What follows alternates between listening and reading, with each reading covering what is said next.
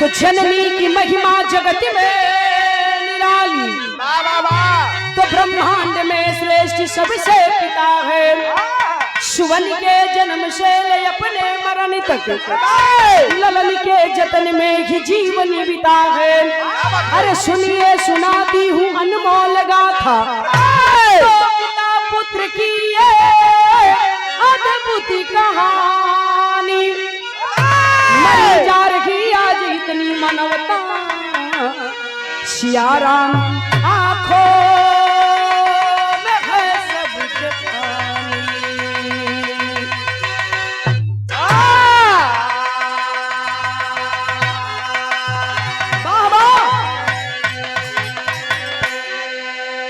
मरी जा रही आज इतनी मानवता, सिया राम आंखों में है सबके पानी। बड़ी करुण कहानी है बाबूजी। आइए मास्टर, एक लाइन बड़ा सुंदर गीत लग गई, ओल्ड इज गोल्ड।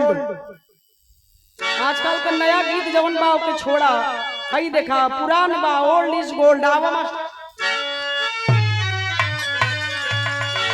हाय हाय हाय, बड़ा नीक गौला है कि ऐसा पहली बार हुआ है हमको किसी से प्यार हुआ है। बहुत बढ़िया लगल, लेकिन एक गीत हमार सुना तनी आवा था।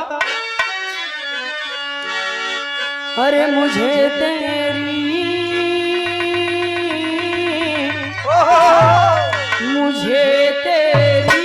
मोहब्बत का सहारा मिल गया होता।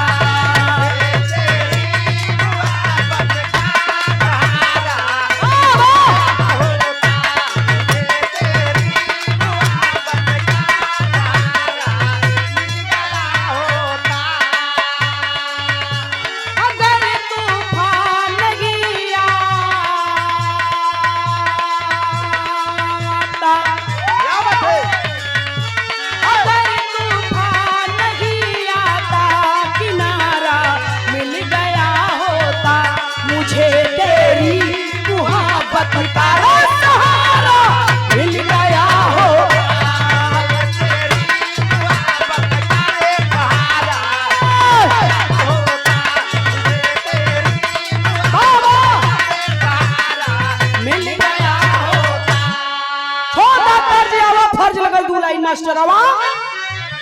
अरे यहाँ कब क्या, यहाँ कब क्या हो जाएगा, कहा कुछ जान नहीं सकता। हो जाएगा कहा कुछ जान नहीं सकता। हो जाएगा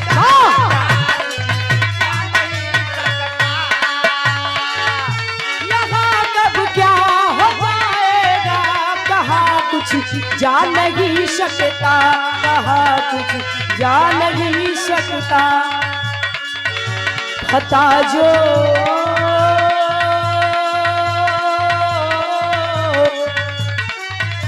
खता जो है किया बेकार भुलाया जान नहीं सकता।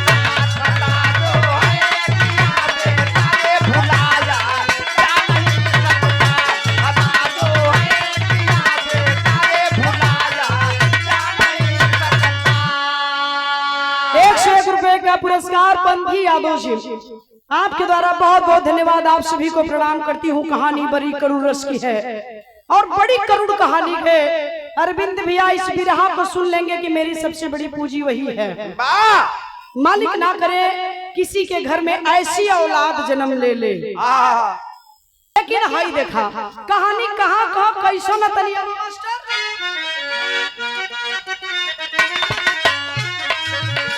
कहानी शुरू हो गई हमारी साथियों,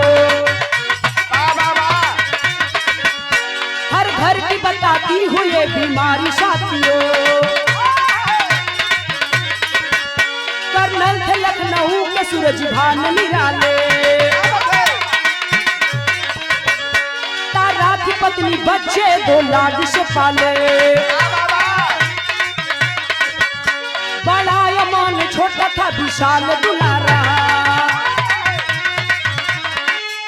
बड़ा यमान छोटा था विशाल दुलारा, बड़ा यमान छोटा था विशाल दुलारा। माता पिता ने बच्चों को खूब संवारा,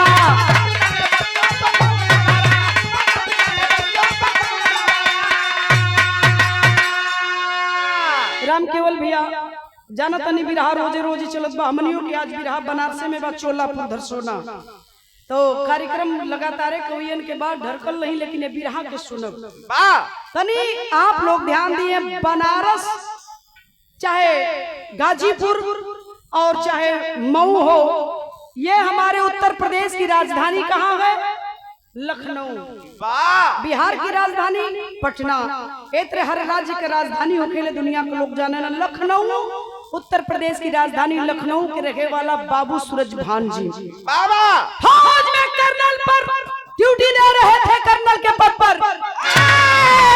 बाबू सूरज भान कर्नल साहब जगरे दुल्हन का नाम तारामती बतावल गई बड़ा लड़का अमन छोटा विशाल दो बच्चों के पिता कर्नल साहब बड़ा हंसी खुशी परिवार चलत बा बाबूजी कर्नल साहब को दोनों लड़का विशाल अमन पढ़े में बड़ा नीमन रहला पढ़ावत हो कर्नल साहब बिहार में क्लाइन कर लगल मास्टर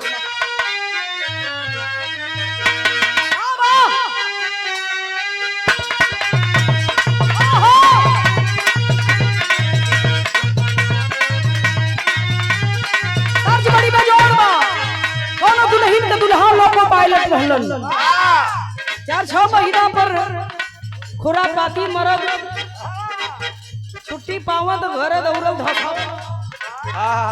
दौड़ल धसवल जब घरे आवे मेरे बुआ देखल एक दिन 2 दिन 3 दिन हरकत उनकर सेज पर बिस्तर पर ऐसे तो ठीक रहा लेकिन बिस्तरवा पे जा तो उन चेंज हो जा मेरे बुआ को ऐसे रूपवार दिन भर ना देखिला रतिये में बदलला कहले का कहला रल गड़िया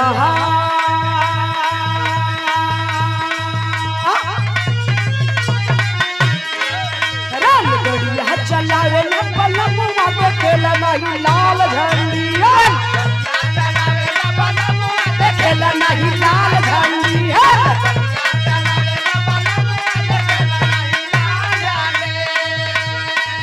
कहीं बतिया रे कहाँ कहीं सतिया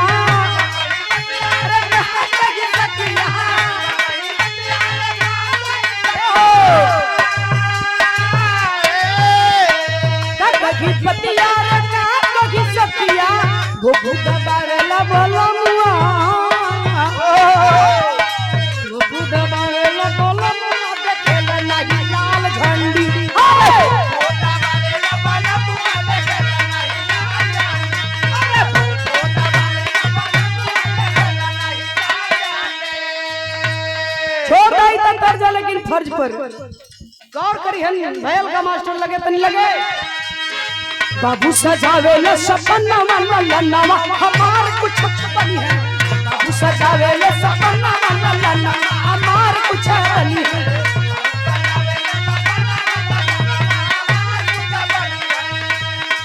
ऐसे ही कमवा हो करी है सुमनवा हो करी है सुमनवा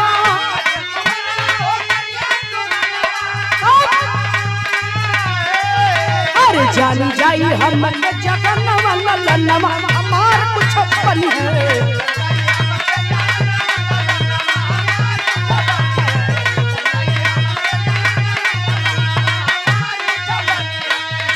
सपना वही सच होता है जिसे आप देखते हैं और सोते नहीं जागते सत्य है सुतला में सपना देखवा तो कबो सही ना हुई सपना को अगर साकार करना है तो जागिए जो सपना ऐसा हो कि जो सोने ना दे सपना सजा रहे हैं कर्नल साहब की मेरा बेटा बहुत बड़ा आदमी बनेगा माई बाबू का पूरा हो गई लखब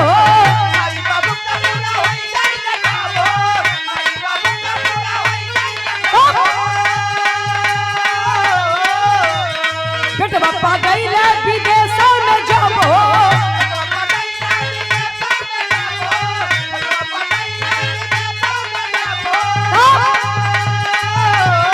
खुशी का कोनो न ठिकाना ललनवा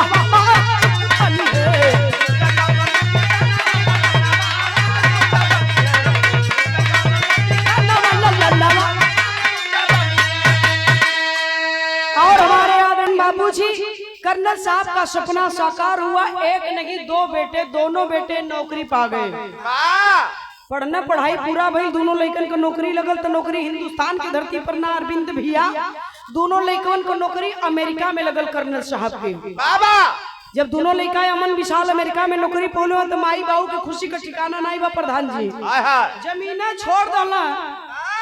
कर्नल साहब का पत्नी तारामती, कर्नल साहब जमीने छोड़ दिले। गरीब बाप रे बाप, हमार बेटवा अमेरिका में नौकरी पौले बा। खुशी का कोनो ठिकाना ना हो। अगल बगल पास पड़ोस हित नात रिश्तेदार जब एक खुशी के सुनला, कल अरे कर्नल साहब दोनों लड़का अमेरिका में नौकरी पाई गए। कल हाँ भैया, हमार दोनों लड़का अमेरिका में बढ़िया नौकरी पौले हुए। $1,50,000 वाली नहीं, कल की $1,50,000 वाली नहीं, तबो कितना कल की 60 लाख के पैकेज पर दोनों लड़का भइल बना। कल की कई साल का हो, कल 1 साल का, और वो 60 लाख के एक लड़का का पैकेज बा। कल बाप रे बाप, ये तो कोनो मामूली बात ना। तो कल पार्टी चाहिए, कल लेला पार्टी। तो यहाँ हमारे गुरु विश्वनाथ यादव बिरहा सम्राट, हमारे उस्ताद के एक लाइन कर्ज लग गई मास्टर कवन के लगा।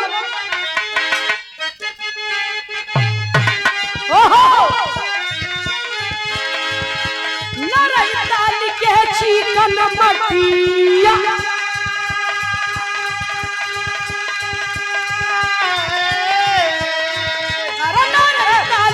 चिकन मटिया, जहाँ बस पर पहाड़ गोरिया।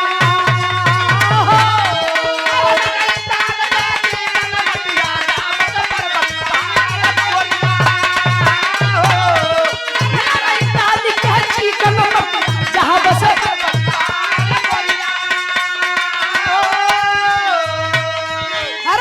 सुनल आई गईले भवनावा।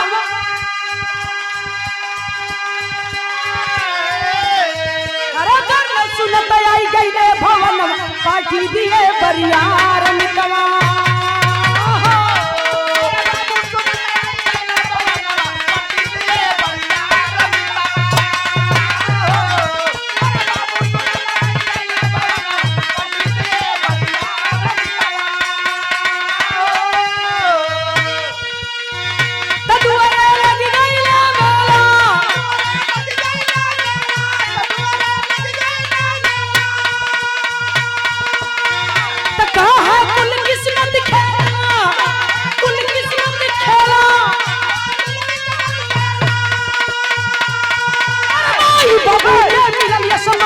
मनवा भइल गुलता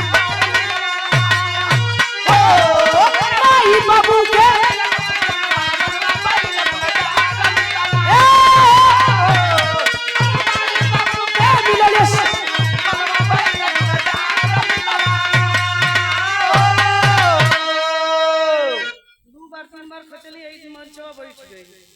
देखला गोड़ ऊपर गोड़ नीचे, देखला गला ऊपर हो गई नीचे हो गई, खुद तो गई गोड़ दुखाए लगल। हमारे भैया मखनचू यादव जी उन्हें रहला ना, वो रहला ना। अच्छा, ये आपके द्वारा पुरस्कार मिलो, बहुत बहुत आपके प्रणाम करता नहीं, आप सबके प्रणाम बा। ये ना आवत हुए एक बार और मेहनत करा भैया, बहुत बढ़िया तुहार नीक लगत तू आवत हुआ तो। वाह तो निका हुआ, नीक लगत हुआ जब आवत हुआ तो नीक हइयो हुआ।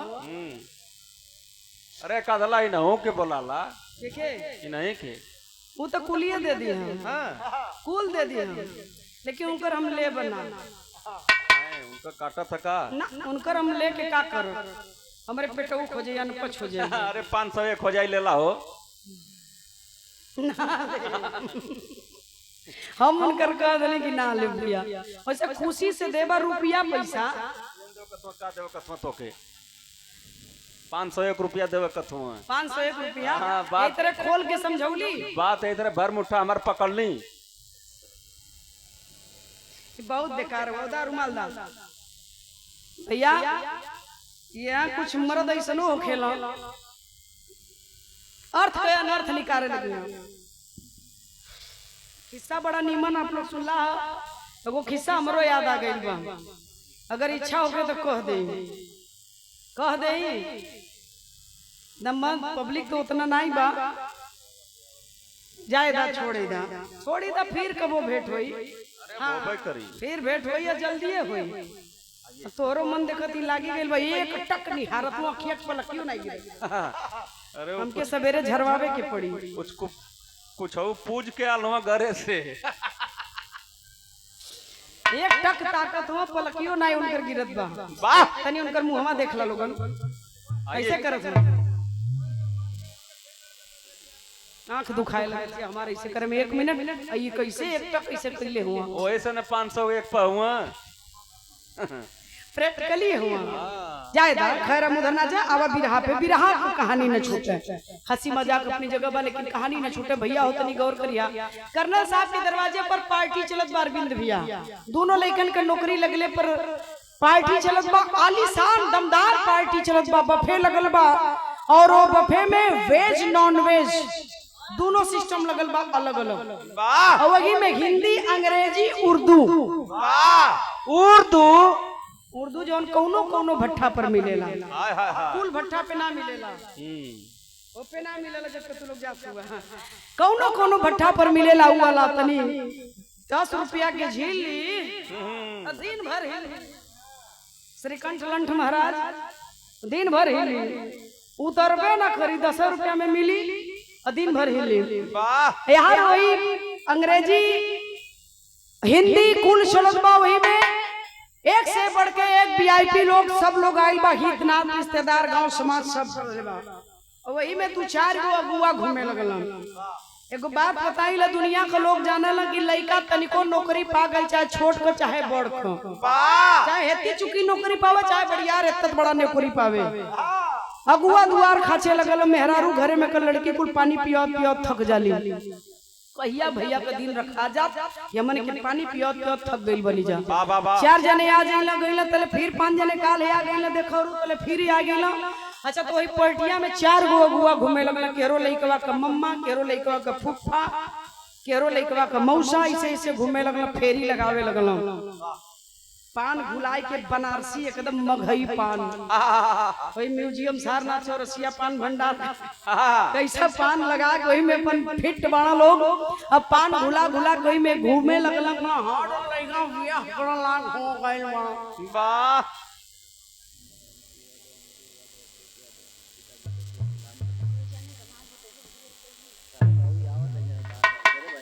अच्छा चेकर के तरफ तो नहीं है नहीं देले बनी जोन वो वसूल आइल बनी भैया जोन बात बतो साहब बा बहुत बहुत सबके प्रणाम लेकिन हई सुना अगुआई में घुमा लगला पान भुला के एकदम वह म्यूजियम पे मिलेला सारनाथ में भैया जानते हो बा भैया अरविंद भैया आप बैठल बनी पान उन खानी ना कब्बो काल के खा लेवल करी ई आयुर्वेद का चीज बा एक एक खा लेवे के चाहिए कौन चीज पान अच्छा हम खाइला कब्बो काल के जब रेस्ट में रहिला तो कबो के मुंह खाई ना मीठा पान अब बनारस का मीठा पान खा लेबा ना तो हर चीज भुला जीबा वाह पहले तो आर खरखर खरखर अथो होई का होई हवा खुल लिया और का होई अब तो पहले बतावत कहीं तो के ना समझ पावत हो ऐसा उनका हवा ना खुला था ये कहत लोगन हमके पत्नी बना देला हम भैया फेकुआ बात हो रही गाजीपुर का एक दिन चैनल वाले हक पद वाले लेके उड़ा दल कह दे का भैया कई करोड़ में गइल की हक पद हम कनी भैया पद कम कली मार पद बढ़ियार बा कहला तू पद ही बाड़ू ऐसन लोग धरती पर पड़लो आजीव बना देत बाड़ा खैर छोड़ा ओई में अगुआ घुमत हो कहला लइकवा बियाह करे लायक हो गइल बा लइका शादी करे लायक हो गइल हो समय से कुल काम कर देवे के चाहिए अरे लइका के दाढ़ी बाल पक जाई तब बियाह करबा का लइकी बड़ी बढ़िया सुंदर बा सुशील बा खानदानी बा रईस बा पढ़ले बा देबो करी कर्नल साहब लगला बचे के रास्ता खोजत कहला कि हम बियाह करब अपने लइका के बियाह करब लेकिन एक का नाम दोनों को करब और संगमे बारात सजा के दोनों को एक डेट पे लेके जाई सोचत हुआ कि कैसो इन का मूड मिजाज बदलब इन 2 साल बाद हमके करे के बा तो जेके ना करे खोला कोनो बहाना लगावेला बहाना लगाओ तो लेकिन बहाना लगल ना काम सेट ना भइल आ काम फिट इधर हो गइल दोनों लड़की पकड़ा गइली अगुआ कहला कि 2 गो लड़की बाड़ी और दोनों सुंदर बाड़ी सुंदर बा पढ़ले बा खानदानी बा देबो करी लड़त लड़त बात लड़ गई, दोनों लइकन का छेका छेकी हो गई, छेका छेकी हो गई और दोनों लइकन का बारात सजा के कर्नल साहब एकदम शॉर्टकट लेके चलता नहीं। कर्नल साहब सजा के लेके गईलन, अब बड़े धूमधाम से शादी भइल और 2 गो पतोह विदा होके कर्नल साहब के घरे में बहू के रूप में आइल बड़ी। सास त सास होली हो भैया, गईली लखनऊ का नामी मार्केट हजरतगंज में 2 गो हार बनवौली सोने का। अच्छा तो सोना है घड़ी कितना महंगा भइल बा, आप लोग देखते बड़ा। माननीय हमारे देश के प्रधानमंत्री जी ने कहा है आप लोग 1 साल तक सोना न खरीदे, कुछ दिन के बाद कहिए आप लोग 1 साल तक भोजन न करें। क्या हो भैया, अब कुछ कह दी हम, डीजल पेट्रोल का मार भइल, गैस के मार भइल, कल महंगाई कम हुई, महंगाई एको ना भइल, नौजवानन के नौकरी इतना करोड़ दियाई, नौकरी के नाम पर जीरो हो गईला, हर जगह से कदम जीरो भइल चल जाता, लेकिन माने के तैयार ना हो। खैर वहाँ हम ना जाए चाहत बनी, लेकिन हई देखिए बाबू 2 गो हार बनवा के लेके एली कर्नल साहब का पत्नी, वो चच्चर भरे का भरे का 4 भरे का 2 सोने का हार लेके लिए, दोनों पतोहिन के मुंह दिखाई देले। समय 2 महीना का बीतल है, और जब 2 महीना का समय बीतल तब दोनों लइकवा के कर्नल साहब के समन्वय खड़ा हो गइल। कहला पापा नई नौकरी है, 2 महीने की छुट्टी मिली थी, छुट्टी पूरी हो गई, अब जाना होगा नहीं तो नौकरी चली जाएगी। कहला बेटा मना ना करब, जा हम ना मना करब, लेकिन कैसे जात हुआ? कल हम दोनों भाई जा रहे हैं। कहला कि भैया जमाना बड़ा जरूरत बा, हिंदुस्तान की धरती पर दिल्ली मुंबई कलकत्ता में रहता तो साल 6 महीना पे आवल जायल करता, हई मेहरारू छोड़ के अमेरिका में जाइबा तो जमाना बड़ा एडवांस बा, के लोगन की अगोरी के अगोरी भैया 2 साल पे बा कि 4 साल पे बा हम ना जानत बनी। कल पापा कहना क्या चाहते हैं?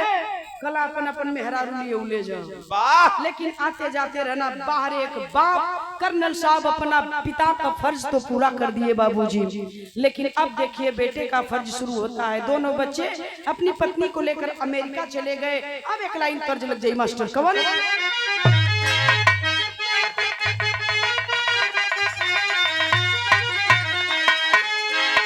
तर्ज आवा फर्ज पे, तर्ज बोल दे अभिषेक, तर्ज बोल दे।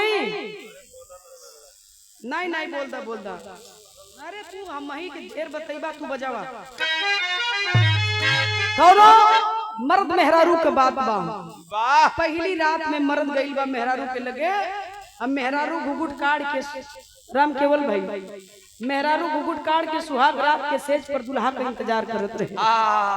हिमगंगे तेल ना ले रहे, नहीं नवरत्न ना ले ना हिमगंगे, उस सरसों के तेल में जरा के ले सुनवा पतो मिसले, उस सरसों के तेल खाटी घरे के ले रहे।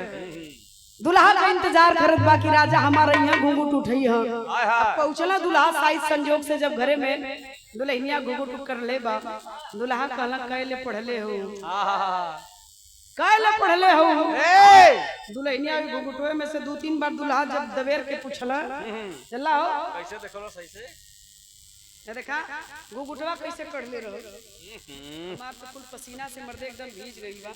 कौन सी भीजल है? ओढ़निया एक तरह दुल्हनिया घुंघट कढ़ले बा। दुल्हा तोहरे नियर पसरल रहे। ये नहीं मती दाढ़ी वाला रहा का दुल्हा? पसरल होना देखत हुआ, देखा पसरले अपन कुछ एक तरह दुल्हन घुघुट कढ़ले बा। दुल्हा कहला कि कैले पढ़ले बड़ी, कैले पढ़ले बड़ी रे, तो घुघुटवे में से इसे ताके एक घरे ताक ले, आ ताक में से अंगुरिया निकलस। ए वीरेंद्र कहला कैले पढ़ले, कहला जनाइल के अंगूठवा कोच दई उनकर अखिया में। वाह, जनाल के अंगूठा उनके हाथों में डिल दई। चुप रहा तू, तो भोकराई ने बस भोकराई ने बोलेला। दुल्हनिया जब अंगूठा देखौलस तब दुल्हवा कहले का कहे, अरे कैसे कसपरी नाले बलम, कैसे कसपरी हो, कैसे कसपरी नाले बलम जी, कसपरी हो,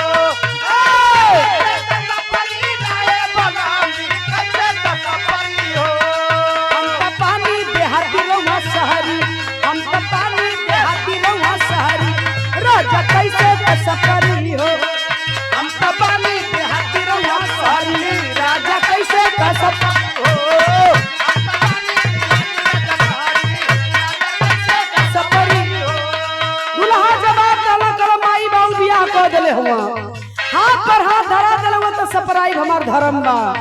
हमार फर्ज बा का कहे अरे चालू हो जाई हो ना मोरी रनिया चालू हो जाई हो चालू हो जाई ना मोरी धनिया चालू हो जाई चालू हो जाई ना मोरी धनिया चालू हो जाई अरे चालू हो जाई ना मोरी रनिया चालू हो जाई जैसे रबड़ी के गाला लालू जैसे रबड़ी के गाला लालू वैसे चालू हो जाई जैसे रबड़ी के गाला लालू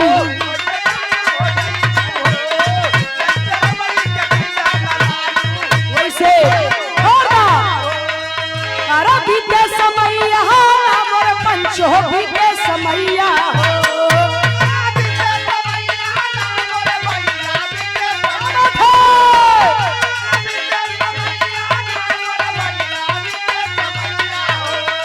माई बाबू को ऐली बुढ़ैया माई बाबू को ऐली बुढ़ैया भैया बीते समैया हो माई बाबू के ऐली बुढ़ैया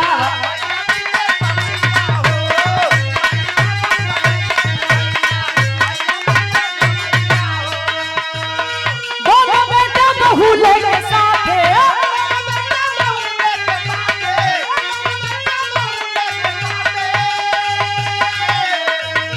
अमेरिका में छाए हो अमेरिका में छाए हो घर में पड़ली बीमार अब मैया घर में पड़ली बीमार अब मैया भैया बीते समैया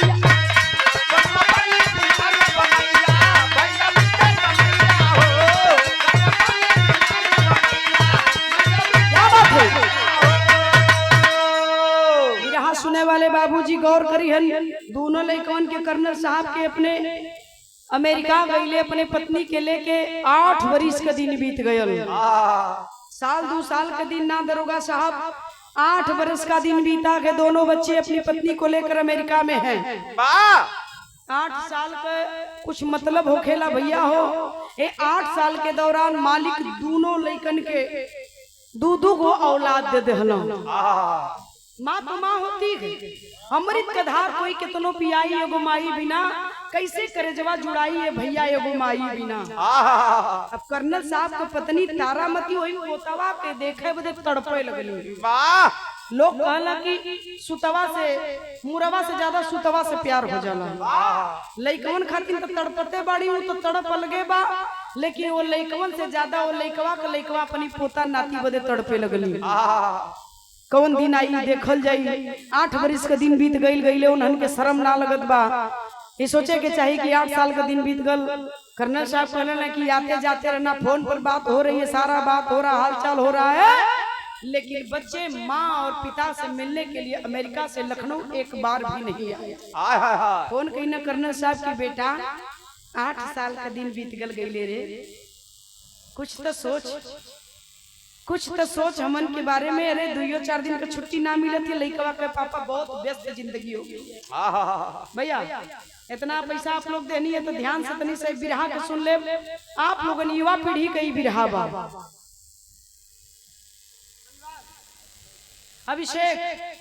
अभिषेक बाबू की तरफ से पुरस्कार 100 रुपया बहुत बहुत प्रणाम बा आप सबके प्रणाम बा सेकेंड जनरेशन युवा पीढ़ी ए लोगन खातिर ई बिरहा बाटे तनी से आप लोग सुनिहन बाबूजी अब कर्नल साहब कहलन की बेटा माई तड़पत बा तोहन के औलाद देखे बदे तोर माई तड़पत बा रे पगला अब बड़ी चिंता कैले बा मर जाई रे लइकवा क्लास पापा जैसा छुट्टी मिली वैसा ही आवल जी घबरा मती बतिया टारत 2 साल का दिन और बीत गल अब 10 बरिस का दिन बीत गल 1 दशक हो गया 1 दशक छोट दिन नहीं बा जौन लइका पैदा भइल बा आधा मन से दू हो गई अब कर्नल साहब कहलन कि अरे पगला 10 साल का दिन बीत गल वादा पर वादा कहले जात हुए आवत ना हुए तोर माई कहतिया का कहतिया मास्टर तर्ज से बढ़िया भाव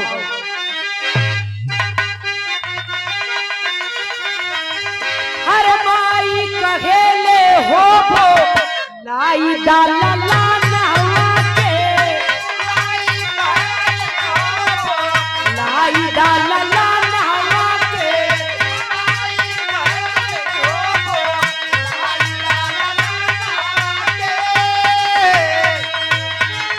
एक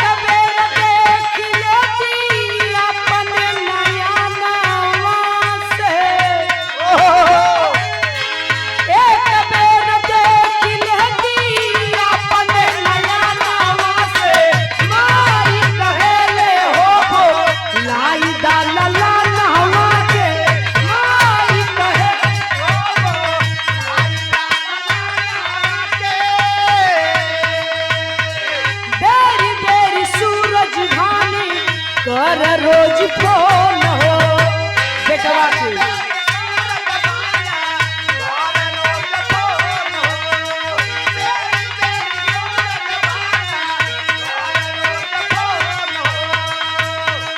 दोनों बेटा सुनी सुनी रहे बस मान हो, रहे बस मान हो।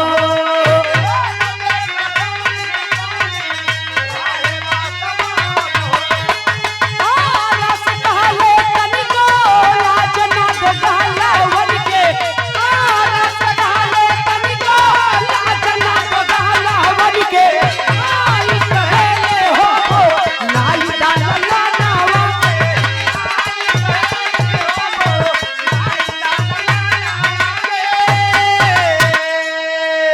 कर्नल साहब कहते हैं कि माँ तेरी हॉस्पिटल में भर्ती है बेटा, डॉक्टर की दवाई काम नहीं कर रही है। क्यों? कल डॉक्टरों का कहना है कि चिंता का इलाज नहीं है, बीमारियों का इलाज होता है न कि चिंता का। जिन बच्चों के लिए माँ तेरी तड़प रही है वो बच्चे तुम हो, और तुम दोनों आ जाओगे तो बिना दवा के ठीक हो जाएंगे। कर्नल साहब कहलन की बेटा बोल माई सीरियस कंडीशन में चलत बा, और आ जाओगे तो तुम्हारा एहसान होगा मुझ पर। मेरी पत्नी की जान तुम लोगों के पास है बेटा, शायद तुम आ जाओ तो मेरी पत्नी ठीक हो जाए। डॉक्टरों का कहना है झोली फैला करके अपनी पत्नी की जान की भीख मांग रहा हूँ। क्या एक बाप ने इसी दिन के लिए बेटे को पैदा किया? के सवाल है आपसे मेरा, जरा गौर करेंगे। क्या एक बाप उंगली पकड़ के चलना सिखाता है जिस बच्चे को? क्या उस बच्चे से यही उम्मीद करता है कि जब मुझे मेरे बच्चे की जरूरत पड़े तो मेरा बेटा मुझे मेरी जरूरत पर ना मिले? क्या इसी दिन के लिए आपने बेटा पैदा किया है? नहीं बाबूजी, मेरा सवाल है। कर्नल साहब झोली फैला करके अपने बच्चे के सामने अपनी पत्नी की जान की भीख मांग रहे हैं। बेटा मेरी पत्नी को अगर कुछ हो जाएगा तो आज जीवन तुम दोनों को कभी माफ नहीं करूंगा बेटा, हाथ जोड़ रहा हूँ। मेरी पत्नी की जान बचा ले बेटा, मेरी पत्नी की जान बचा ले बेटा। एक बाप रो रहा है बेटे के सामने। बेटा कहता है कि पापा माँ इतनी सीरियस हो गई है। हाँ बेटा तुम्हारी माँ सीरियस है। सुन बेटा, नौकरी चली जाएगी तो बहुत नौकरी मिल जाएगी, दूसरी तीसरी चौथी, लेकिन माँ चली जाएगी तो जीवन में दोबारा माँ नहीं मिलेगी। रो रहे हैं कर्नल साहब, दिल की सारी व्यथा को बेटे से दर्द को सुना रहे हैं कि कोई बात तो मेरे बेटे के दिल पर असर कर जाए और मेरा बेटा फौरन आ जाए ताकि मेरी पत्नी ठीक हो जाए। रो रहे हैं कर्नल साहब और कह रहे हैं बाबूजी। बेटा कहता है कि पापा 1 हफ्ते का मोहलत दे दीजिए, हम दोनों भाई सब परिवार माँ से आपसे मिलने के लिए आ रहे हैं लखनऊ में। हाथ जोड़ रहा हूँ पापा, 1 हफ्ते का मोहलत दे दीजिए। दे दिया उस बाप ने 1 हफ्ते का मौका अपने बेटे को। कर्नल साहब ने गौर करेंगे बाबूजी, 2 हफ्ते का दिन गुजर गया लेकिन बेटा नहीं आया। 2 हफ्ते का दिन गुजर गया, 15 दिन नहीं आया जब बेटा। बारे विधाता तेरी भी लीला जब है मालिक। 16वां दिन आ गया और वह 16वां दिन इतना मनहूस बन करके आया कि तारामती के जीवन को ले गया।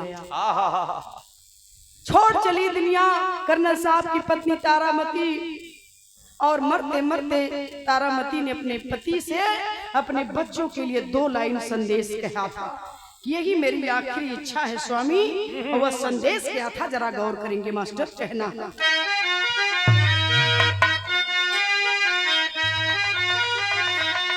कहलन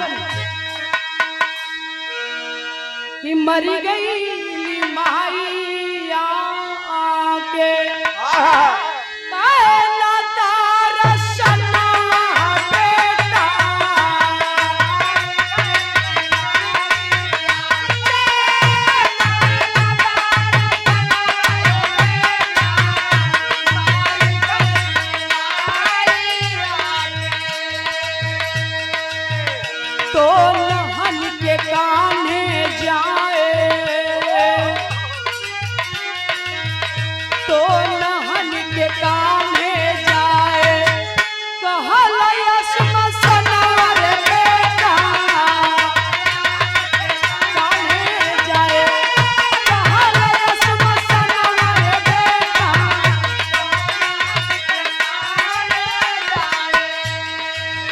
ए बेटा, मैं तो लाश का अंतिम संस्कार कर देता सक्षम हूँ।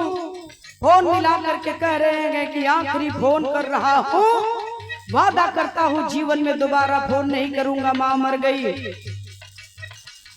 और मेरी पत्नी ने कहा मरते मरते कि बेटे के कंधे पर स्मशान जाऊंगी, बेटा ही चिता में आग लगाएगा, वरना मेरी लाश सड़ जाएगी, कोई भी मेरे चिता को आग नहीं लगाएगा। रो रहे हैं कर्नल साहब, बता रहे हैं सारी बात अपनी पत्नी की कि आखिरी इच्छा उसकी यही थी कि बेटे के कंधे पर स्मशान जाऊंगी, बेटा ही चिता में आग लगाएगा। गौर करेंगे बाबूजी। महल का रोवे सूरज भान नाही, रोवे सूरज भान आना मान ना थके।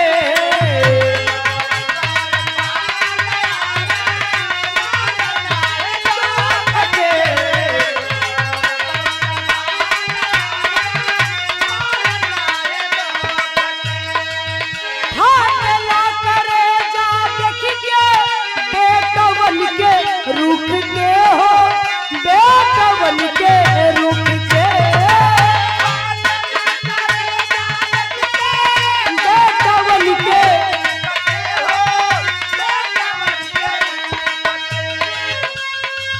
ऐसे निकट रहती बल्कि हम गुनी संतनवा, बेटा मर गई माई आके,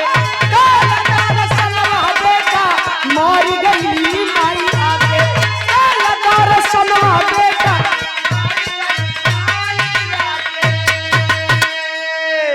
रो रहे हैं कर्नल साहब और कहते हैं बोल बेटा, माँ की अंतिम इच्छा आखिरी इच्छा थी, जिंदा थी माँ तो नहीं आया, अब तो माँ दुनिया में नहीं है, बोल आते हो तो लाश को रख करके तुम दोनों का इंतजार कर लूं, और नहीं आना है तो भी बता दे, लाश का अंतिम संस्कार कर लूं।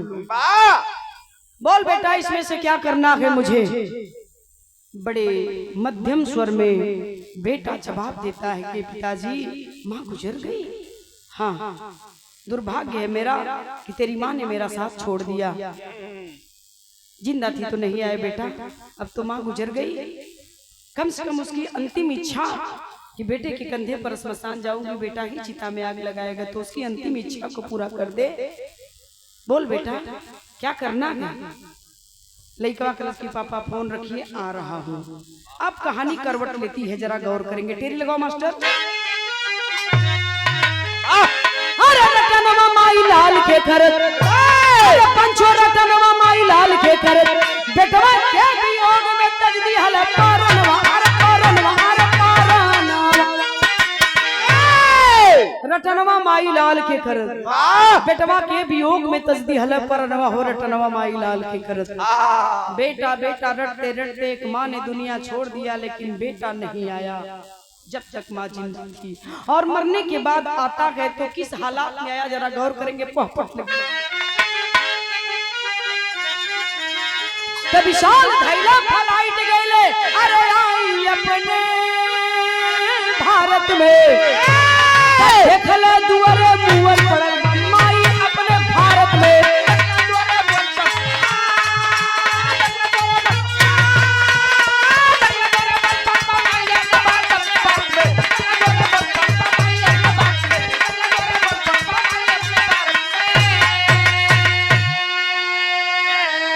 अरे बाबू सूरज भान जी कहले बेटवा यमन कहवा हो, अब विशाल कहलऊ ना अइले, काम बहुत बहु हवा हो, बहु भी बीजी नगी आई पाई अपने भारत में। अरे सुन के सूरज भान जी गईले चकराई अपने भारत में। गौर करेंगे बाबूजी। अमेरिका से आता है कर्नल साहब का बेटा, छोटा वाला अकेले सिंगल विशाल, छोटका लड़का कर्नल साहब को अमेरिका से आए। दुआरे जब पहुंचल, माई का लाश दुआरे सुतावल बा, तमाम लोग अंतिम यात्रा में सम्मिलित हुए बदे दरवाजे पर भीड़ एकत्रित भइल बा कर्नल साहब के। अकेले विशाल को देखते हैं, कर्नल साहब पूछ बैठे कि अरे बेटा अकेले आए हो? कलश की हाँ पापा अकेले आया हूँ। क्यों? तुम्हारा परिवार अमन, उसका परिवार, बच्चे कहाँ हैं? कहा पापा कोई नहीं आया है। क्यों नहीं आया है? वहाँ सब ठीक तो है ना? कलश की हाँ पापा वहाँ सब ठीक है, तब क्यों नहीं आया? माँ मरी है, आज नहीं आया तो कब आएगा? आखिर कब आएगा? अच्छा छोड़ो ये बात। कल पापा भैया बहुत बिजी हैं, बहुत व्यस्त चल रहे हैं। इतना बिजी हो गया है कि माँ के मरने पर नहीं आया है? इतना बिजी है? कौन सा ऐसा काम है जो इतना बिजी है कि माँ मरी है, अब माँ से मुलाकात जीवन में नहीं होगी? अच्छा ये बताओ बेटा, देखिए पिता का प्यार। कलन ये बताओ बेटा, तुम आने लगे तो अमन ने कुछ कहा? कल पापा जवन बात भैया कल हम तो से बताए न पाई। काहे बेटा, क्यों नहीं बताओगे? बताओ। फौज में मैं कर्नल के पद पर ड्यूटी दिया, देश की सेवा किया, मैंने कभी धोखा नहीं किया किसी के साथ, देश के साथ या किसी के साथ। बहुत कुछ सहा है, बहुत आंधी तूफान मैंने देखा है, सहा है, और सहते सहते ये कलेजा पत्थर का बन चुका है। बोल क्या कहा उस नालायक ने? बोल। दिरात है, बतावत ना है। गनगन गनगन कांपे लगल, हाथ जोड़ के कलश के पापा जब मैं आने लगा तो भैया ने मुझसे एक बात कहा। ए बिरहा सुने वाले बाबूजी, छिनरी बुजरी कजरवा टिकुलिया थे, आप लोग सुनबे कर मार गवैया गावत हुआ, लेकिन हई बात शायद धरती पर बिरहा में कोई बतावत होती। जौन बात हम बतावे जाती, जौन कर्नल साहब का लड़का कहले बा। कर्नल साहब डांट के पूछते हैं कि बोल क्या कहा, नालायक नहीं आया तो? कल पापा जब मैं आने लगा तो भैया ने मुझसे कहा कि ऐ विशाल, माँ मरी है, तुम चले जाओ, जब पिताजी मरेंगे तो मैं चला जाऊंगा। गौर करिहन बाबू, ऐसा औलाद धरती पर हमारे आपके बीच में जन्म ले चुकल बा, जन्म चुकी है ऐसी औलाद। नालायक कह रहा है कि माँ मरी है विशाल तुम जाओ, जब पिताजी मरेंगे तो मैं चला जाऊंगा। सहम गईलन कर्नल साहब, पत्नी के मरले का दुख तो दुख है बा, लेकिन ये बात जौन बेटवा कह के वहां से विशाल के भेजले बा बड़का, एके सुनले के बाद तो पत्नी का मरण भुला गए, दुख सबसे बड़ा बजर ई गिर गयल। रोवत तो गईलन, अपने दुल्हन तारामती के लसिया उठौलन, एक करेजवा से सटाई के चेहरवा निहारे लगलन। अब कहत हम कर्नल साहब का कहत ये लाइन पर गौर करिए, आल्हा लगी।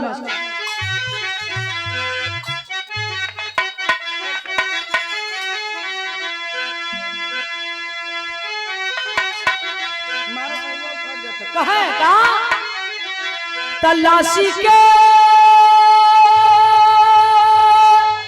सुरतिया देखी के,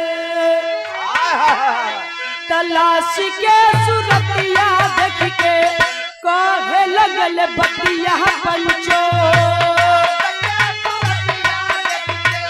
कहे लगल बतिया पंचो।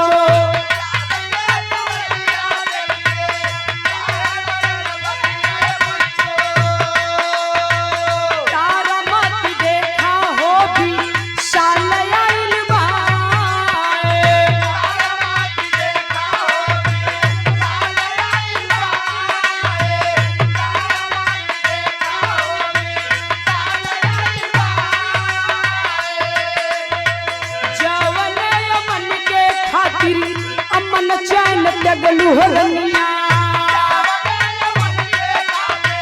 अमन चैन जगलू हो रनिया।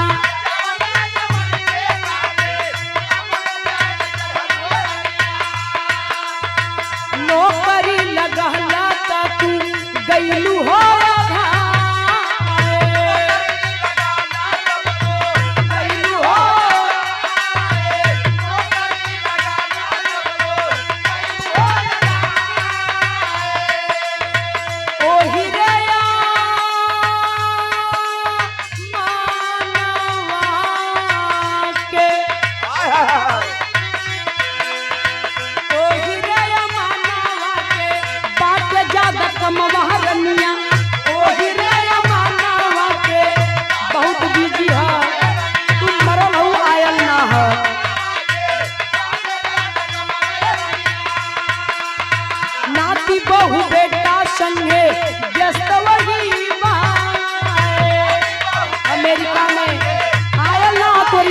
पर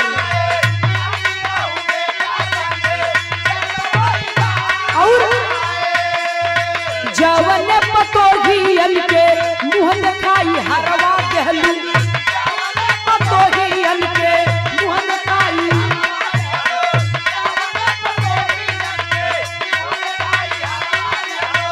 उहो रे बजरवा तोरे एको न दिखाए तोरे एको न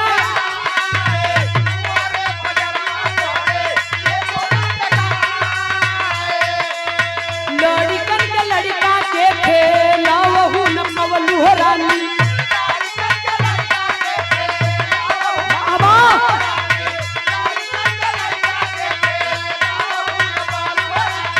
आसरा दिहाना संगे जीवन बिताए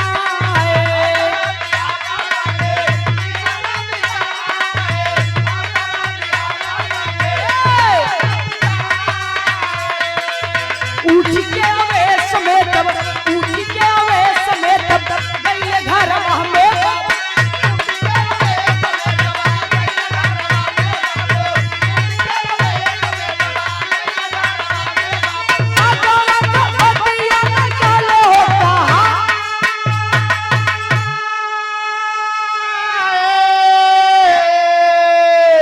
बहुत दुख होता है बाबूजी, बहुत पीड़ा होती है और यही रीजन है भैया कि माँ बाप की हाय संतान को लग जाती है।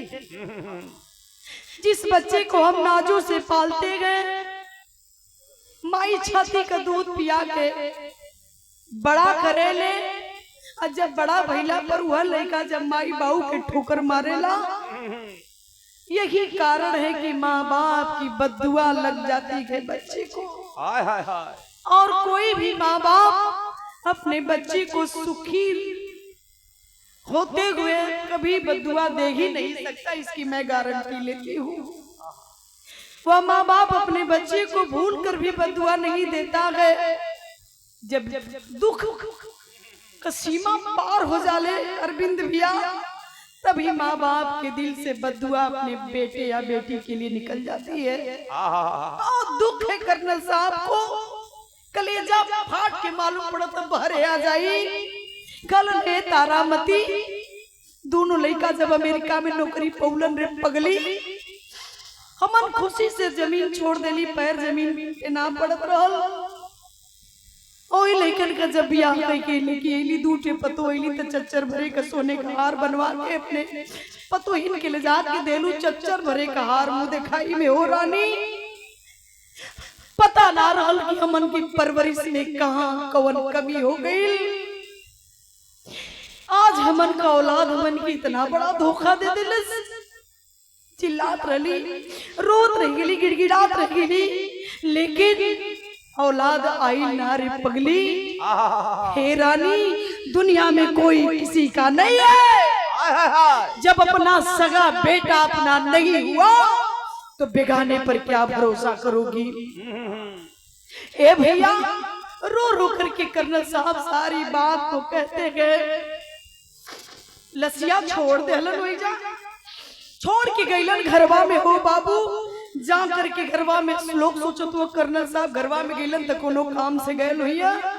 हे पंचो कर्नल साहब घरवा में जाके अंदर से केवाड़ी का पल्ला बंद के सिकड़ी लगा देलन।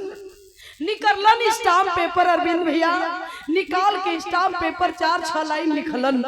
लिखला के बाद कर्नल साहब वही केवड़िया के अंदरवा कोठरिया में खैलन का बाबू तनियावा आखिरी लाइन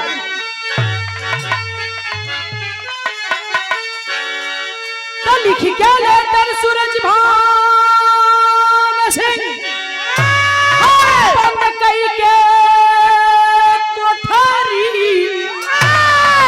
अपने कनपट्टी पर गोलियां चलो वही घड़ी।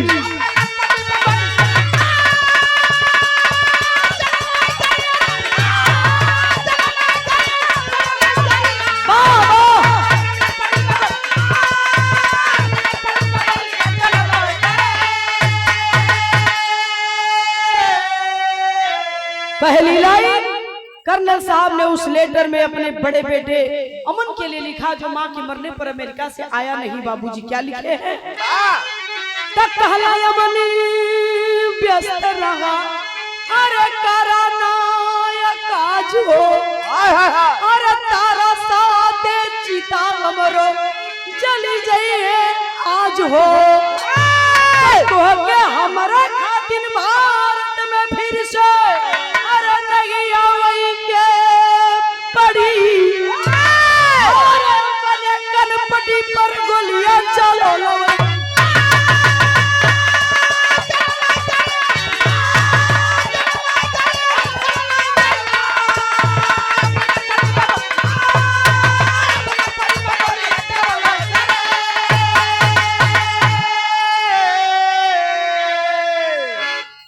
लिखा है कर्नल साहब ने उस लेटर में, पहली लाइन अमन के लिए की है। अमन बता रहा था विशाल की भैया बहुत अमेरिका में बिजी हुवन, हमरे मरले पर अमेरिका से बा बेटा वही तुहार बड़ा काज बड़ा नुकसान।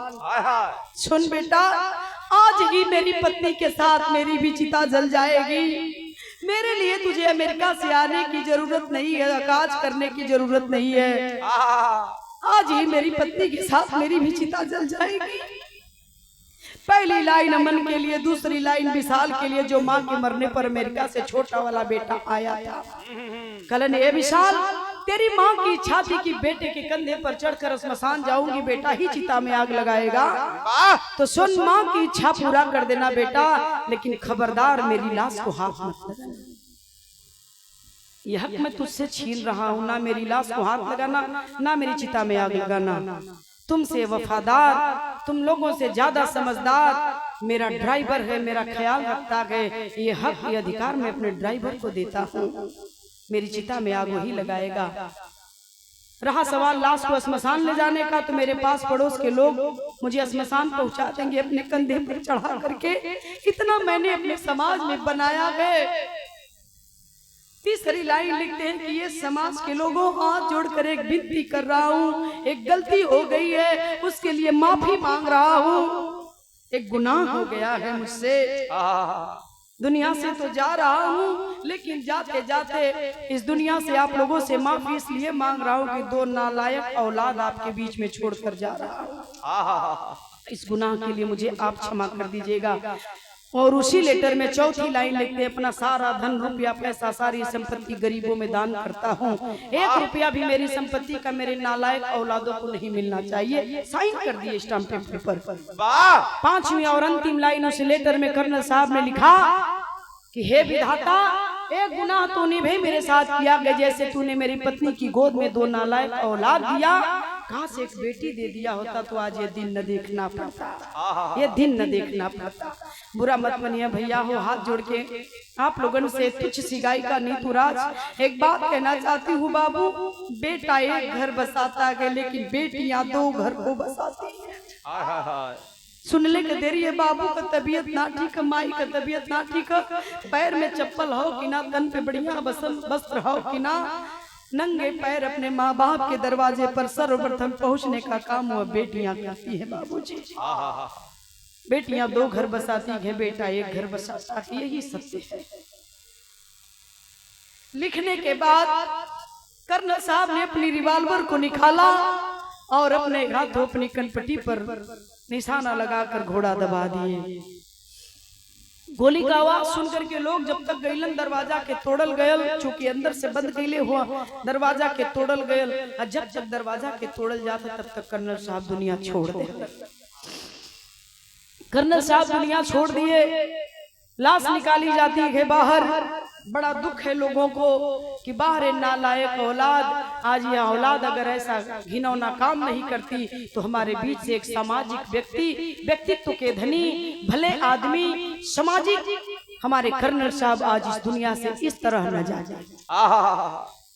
बहुत दुख है लोगों को। लाश सजाई जाती है, अंतिम यात्रा हुई, श्मशान जाते हैं और जाकर के दोनों पति पत्नी की लाश एक ही चिता पर रख करके अंतिम दाह संस्कार किया जाता है। कहले का मतलब भाई है, ए भैया हे गुलौरी ज्ञान पार के बाबू भैया लोगन, हाथ जोड़ के एक निवेदन आप लोगन से हम ही करल चाहत है, अपने बच्चा अपने बेटी बेटा के खूब पढ़ावा, खूब लिखावा, खूब शिक्षित बनावा। हम मना ना करत हैं, ना मना करे कि हमारा औकात बा, लेकिन एक बात कहल हम जरूरी समझती जवन हमार जिम्मेदारी बा, खूब शिक्षित बनाइए। लेकिन गौर करेंगे प्रधान जी, जितना जरूरी है आज के समाज में शिक्षा, उतना ही जरूरी है संस्कार। वाह, शिक्षा कूट कूट के भर दीजिए, बढ़िया स्कूल में पढ़ा दीजिए, खूब ग्रेजुएशन हो जाए, ग्रेजुएट हो जाए, खूब बढ़िया पढ़ाई लिखाई, पोस्टेड हो जाए, शिक्षित हो जाए, हर चीज हो जाए, लेकिन संस्कार अगर भुलाएगी ना तो शिक्षा बेकार हो गई। हमरे गीत गौले कही है मतलब कि शिक्षित बनिए लेकिन संस्कार सीखते रहिए। और ये संस्कार कहीं से आवल ना खरीदल ना जरा, परिवार से मिलेला, और एक परिवार में अच्छा संस्कार मिलल एक देन है शिक्षा। तो जब आप शिक्षित होंगे तो संस्कार भी आपको मिलता जाएगा, लेकिन वैसे परिवार भी रहे के चाहिए। आज कर्नल साहब अपने बच्चों को पढ़ाए जरूर, लेकिन शायद संस्कार से वंचित कर दिए। जो भी मैटर रहा हो, जो भी कमियां रही होंगी परवरिश में, बच्चों की परवरिश में अगर कहीं कमी और बेसी हो गई है तो हमारे भैया बैठे गए, वह माँ बाप की ही देन होती है, कहीं ना कहीं से माँ बाप की कमी होती है। तो कहले का मतलब है, गीत गौले का मतलब ही है बाप। 101 रुपया पुरस्कार। कहानी को यही खत्म करते हैं। ए लिए ये बिरहा का शीर्षक रखल गई अंतिम संस्कार। माँ बाप से बड़ा इस दुनिया जहान में कोई देवता नहीं है।